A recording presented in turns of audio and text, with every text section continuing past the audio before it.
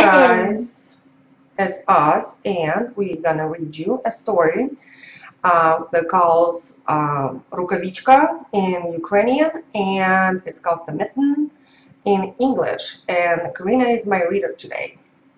Hi. Hi, and I'm gonna pretend like this is our mitten, and I'm gonna do a little scenery here. So go ahead, Karina. The Mitten by Jan Brett. Brett. The Mitten. Wait, hold on, it says something. A Ukraine folktale, adapted and illustrated. You don't have to read that. Just scroll over. Yeah. Once there was a boy named Nicky who wanted his new mittens made from wool as white as snow. At first, his grandmother, Baba, did not want to knit white mittens. If you drop one in the snow, she warned, you'll never find it. But Nicky wanted snow-white mittens, and finally Baba made them. After she finished, she said, "When you come home, first I will look to see if you are safe and sound, but then I will look to see if you will have your snow-white mittens." So off Nicky went, and it wasn't long until one of his new mittens dropped in the snow and was left behind. A mole, tired from tunneling along, discovered the mitten and buried inside. It was cozy and warm and just the right size, so he decided to stay. A snowshoe rabbit came hopping by. He stopped for a moment to admit his winter coat. It was then that he saw the mitten, and he wiggled in feet first. The mole didn't think there was room for both of them, but when he saw the rabbit's big kickers, he moved over. Next, a hedgehog came scuffling along, having spent the day looking under wet leaves for things to eat. He decided to move into the mitten and warm himself. The mole and the rabbit were bumped and jostled, and not being ones to argue with someone covered with prickles, they made room. As soon as the hedgehog disappeared into the mitten, a big owl, attracted by the commotion, swooped down. When he decided to move in also, the mole, the rabbit, and the hedgehog grumbled. But when they saw the owl's glinty talons, they quickly let him in. Up through the snow appeared a badger. He eyed the mitten and began to climb in. The mole, the rabbit, the hedgehog, and the owl were not pleased. There was no room left. But when they saw his diggers, they gave him the thumb. It started snowing, but the animals were snug in the mitten. A waft of warm steam rose in the air, and a fox trotting by stopped to investigate. Just the sight of the cozy mitten made him feel drowsy. The fox poked his muzzle in. When the mole, the rabbit, the hedgehog, the owl, and the badger saw his shiny teeth, they gave the fox lots of room. A great bear lumbered by. He spied the mitten, all plumped up, not being one to be left out in the cold. He began to nose his way in. The animals were packed in as tightly as could be, but what animal would argue with a bear? The mittens swelled and stretched. It was pulled and bulged too many times its size, but Baba's good knitting held fast. Along came a meadow mouse, no bigger than an acorn. She wriggled into the one space left and made herself comfortable on top of the great bear's nose. The bear, tickled by the mouse's whiskers, gave an enormous sneeze. Ha, ha, ha, ka-choo! The force of the sneeze shot the man up into the sky and scattered the animals in all directions. On his way home, Nicky saw a white shape in the distance. It was the lost Mitten, silhouetted against the blue sky.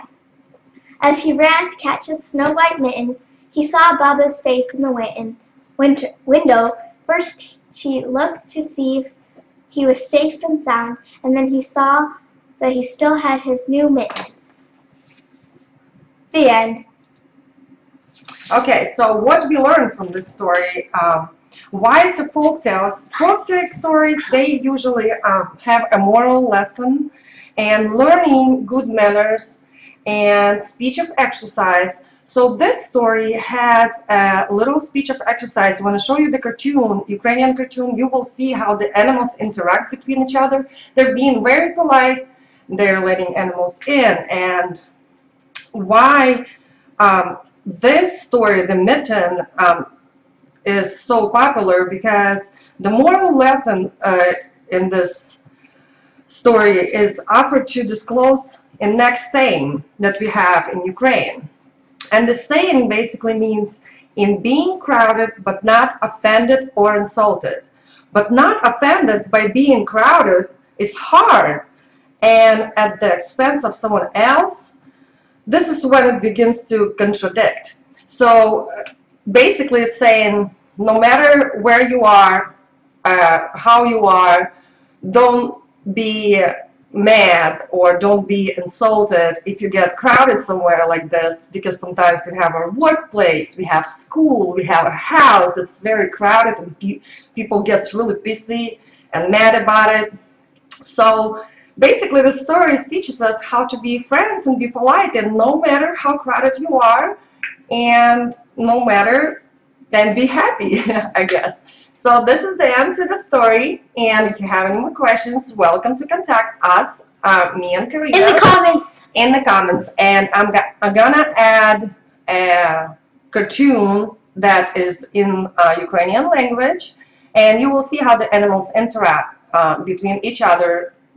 And I can't translate that, but if maybe sometimes I could, I'll do it, but not now. So you guys have a wonderful winter. Enjoy this winter fun fairy tale, and best of luck. Bye.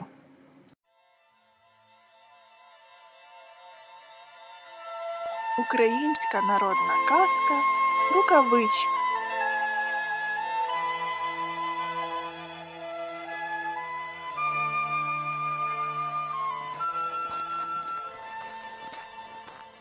Ішов дід лісом, а за ним бігла собачка.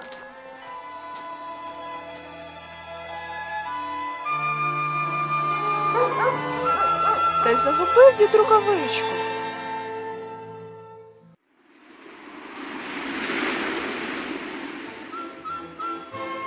От біжить мишка, та й каже: Тут я буду жити. коли це плигає жабка, та й питає: А хто в цій рукавичці? Мишка шкряботушка. А ти хто? А я жабка-скрекотушка. Пусти й мене. Та йди.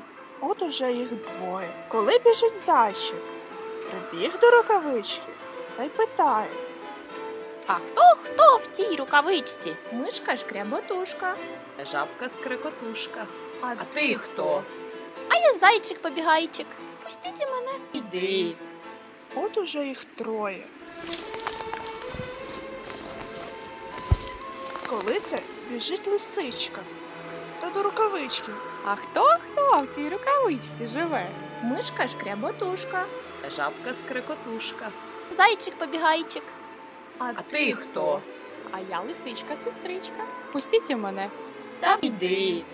От же їх четверо сидить. Аж суне вовчик, та й собі до рукавички. А хто в цій рукавичці? Мишка шкряботушка. Жабка скрекотушка. Зайчик-побігайчик, лисичка-сестричка. А ти хто? А я вовчик, братик. Пустіть і мене. Та вже йди. У Лізи той. Тепер їх 5 живе. Де не взявся, біжить кабан. А хто в цій рукавичці? Мишка шкряботушка. Жабка скрекотушка. Зайчик-побігайчик, лисичка-сестричка. Вовчик, братик. А ти хто? А я кабан і клан. Пустіть і мене. Куди ж ти тут лізеш? Та вже влізу, пустіть. Та що вже з тобою робити? Іди. У Лізи той. Уже їх 6, уже так їм тісно, що й нікуди. Коли це тріщать кущі, вилазить ведмідь, та й собі до рукавички. Реве й питається. А хто в цій рукавиці? Мишка шкряботушка. Жабка скрекотушка. Зайчик-побігайчик, лисичка-сестричка. Вовчик, братик. Кабан і клан. А ти хто? Гу-гу-гу, як вас багато. А я ведмідь на брідь. Ну пустіть і мене. Куди ми тебе пустимо, коли і так тісно? Та якось будемо. Та вже йди! Тільки з краєчку. У Лізи ведмідь. 7 їх стало. Та так вже тісно, що рукавичка ось-ось розірветься. Коли це дід оглядівся, нема рукавички.